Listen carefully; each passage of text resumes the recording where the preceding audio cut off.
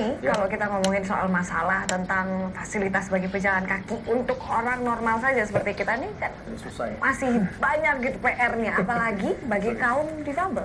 Nah, betul Cita, saya setuju nih. Bahkan sejumlah fasilitas untuk kaum difabel itu tidak layak.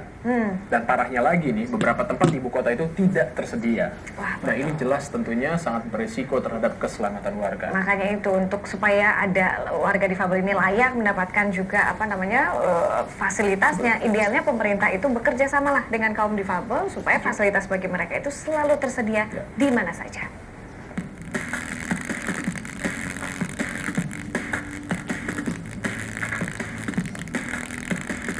Kondisi sejumlah fasilitas pejalan kaki tak hanya memprihatinkan dan penuh pedagang, namun juga tak ramah bagi kaum difabel.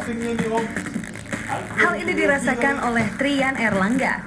Setiap hari, tunanetra ini harus berjuang penuh kewaspadaan untuk sampai ke tempat tujuan. Pasalnya, trotoar yang selalu dilaluinya tidak dilengkapi dengan guiding block atau blok penuntun. Selain itu juga terdapat sejumlah hambatan di trotoar. Misalnya tiang penghalang bagi pemotor, tiang rambu lalu lintas, bahkan genangan air. Itulah sebabnya penting artinya adanya guiding block bagi tunanetra.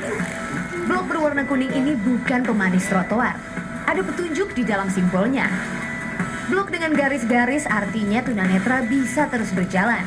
Sedangkan blok dengan tanda bulat artinya tunanetra harus berhenti dahulu sebelum menemukan blok lain yang akan menuntun ke jalan aman.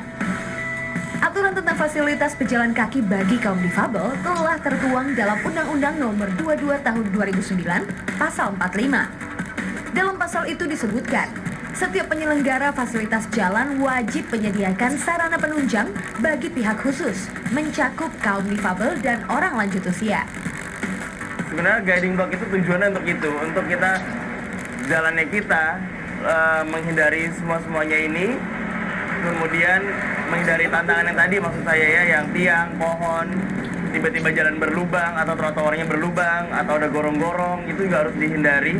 Itu tujuannya guiding block untuk tunanetra. Dan kapan kita mulai start di trotoar, kapan kita mulai berakhir di trotoar itu sendiri, sehingga kita bisa tahu apakah itu nanti akan turunan atau nanti ada naikan lagi atau belok kanan atau belok kiri. Itu harus terpasang sampai sebegitu detailnya. Tak hanya kaum tunanetra yang belum terakomodir hak dalam urusan fasilitas pejalan kaki. Faisal yang menggunakan kursi roda ini juga terkendala dengan fasilitas pejalan kaki. Selain itu, dirinya harus berjuang di tengah egoisnya para perampas hak pejalan kaki. Untuk menggunakan trotoar, dia harus bersaing dengan motor-motor yang bertengger di atas jalur pedestrian. Tak hanya itu, sejumlah trotoar dan jalur pejalan kaki juga tak dilengkapi ram. Bidang miring ini berguna mempermudah laju kursi roda. Akibatnya, Faisal terpaksa harus turun ke bahu jalan karena banyaknya kendala baginya. Padahal hal ini sangat beresiko bagi keselamatan. Perangkat-perangkat fasilitas pejalan kaki khusus sangat penting artinya bagi para difabel. Sayangnya, kurang diperhatikan oleh penyelenggara fasilitas. Sudah ada konvensi hak-hak penyandang disabilitas yang sudah diratifikasi oleh pemerintah tahun 2011 sebagai acuan buat pemerintah atau pihak swasta untuk pembangunan infrastruktur terutama trotoar. Jadi di mana pemerintah atau pihak swasta harus melibatkan user atau individu penyandang disabilitas untuk pembangunan atau perbaikan dalam infrastruktur terutama trotoar. Meski kaum difabel sudah dilindungi oleh undang-undang, namun prakteknya masih sering dilupakan. Untuk itulah, dibutuhkan advokasi oleh organisasi kaum difabel untuk mendorong pemerintah membangun fasilitas bagi kesetaraan kaum difabel. Jakarta ini kan milik semua stakeholder ya, yang di dalamnya juga mungkin ada warga masyarakat, rekan-rekan kita yang kekurangan, sehingga kita bantu dengan membuat trotoar yang ramah. Kita sudah bekerja sama, terutama kita pun membuat ya di beberapa seperti di Rasuna Said, kita buat seperti itu sebagai contoh awal. Dan selanjutnya kita developer pun ketika membangun sebuah mall, depannya ada trotoar, sudah kita wajibkan untuk membuat trotoar yang ramah untuk mereka. Salah satu contoh fasilitas pejalan kaki bagi difabel terdapat di Jembatan Penyeberangan Orang, Dukuh Atas, Jakarta Pusat. Jembatan ini dibuat dengan ram atau bidang kemiringan yang memungkinkan pengguna kursi roda menikmati transportasi umum. Konsekuensinya memakan lahan yang panjang, luas. Keterbatasan lahan yang menjadi kendala.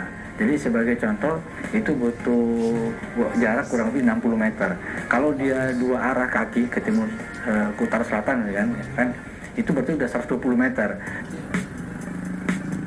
Untuk fasilitas penyeberangan jalan atau zebra cross, di sejumlah titik sudah terdapat sarana penyeberangan bagi tunanetra, yaitu pelikan cross.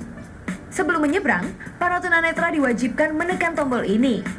Selanjutnya, tunanetra akan dituntun menggunakan suara. Namun, karena seringkali kontraktor yang membangun tidak melibatkan penyandang difabel, pemasangan pengeras suara pun tidak tepat. Sehingga, para tunanetra yang mengandalkan arah suara akan melenceng dari garis zebra cross. Jadi pemerintah harus melibatkan mereka yang membutuhkan itu difabel. Walaupun insinyernya, arsiteknya terutama cukup mampu, mungkin juga belajar tentang disability, tetapi karena dalam banyak desain mereka tidak dilibatkan, banyak sekali sekarang fasilitas yang mubazir karena tidak dipakai, karena tidak sesuai dengan desain yang memang dibutuhkan oleh difabel. Bidang miring yang terlalu curam, ya, WC yang terlalu sempit, pintu yang hampir tidak bisa masuk kursi roda kita, lift kadang-kadang terlalu kecil, ya.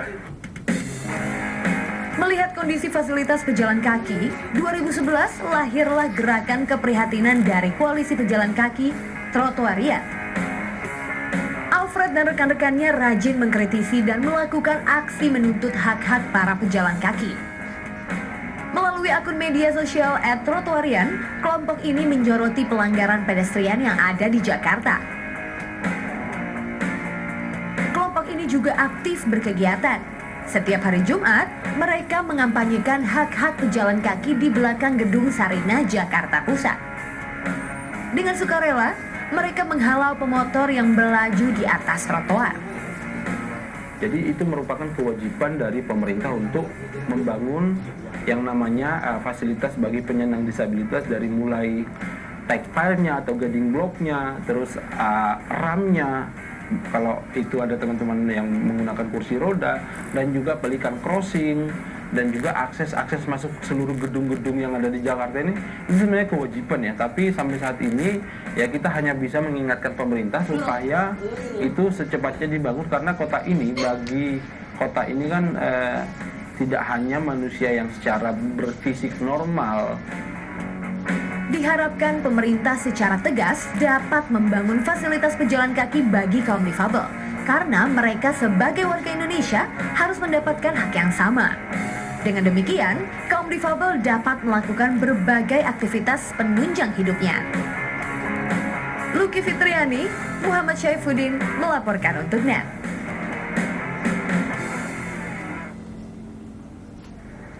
Cantiknya langit India saat Festival Layang-Layang Internasional digelar akan hadir. Saksikan di Net 12 sesaat lagi.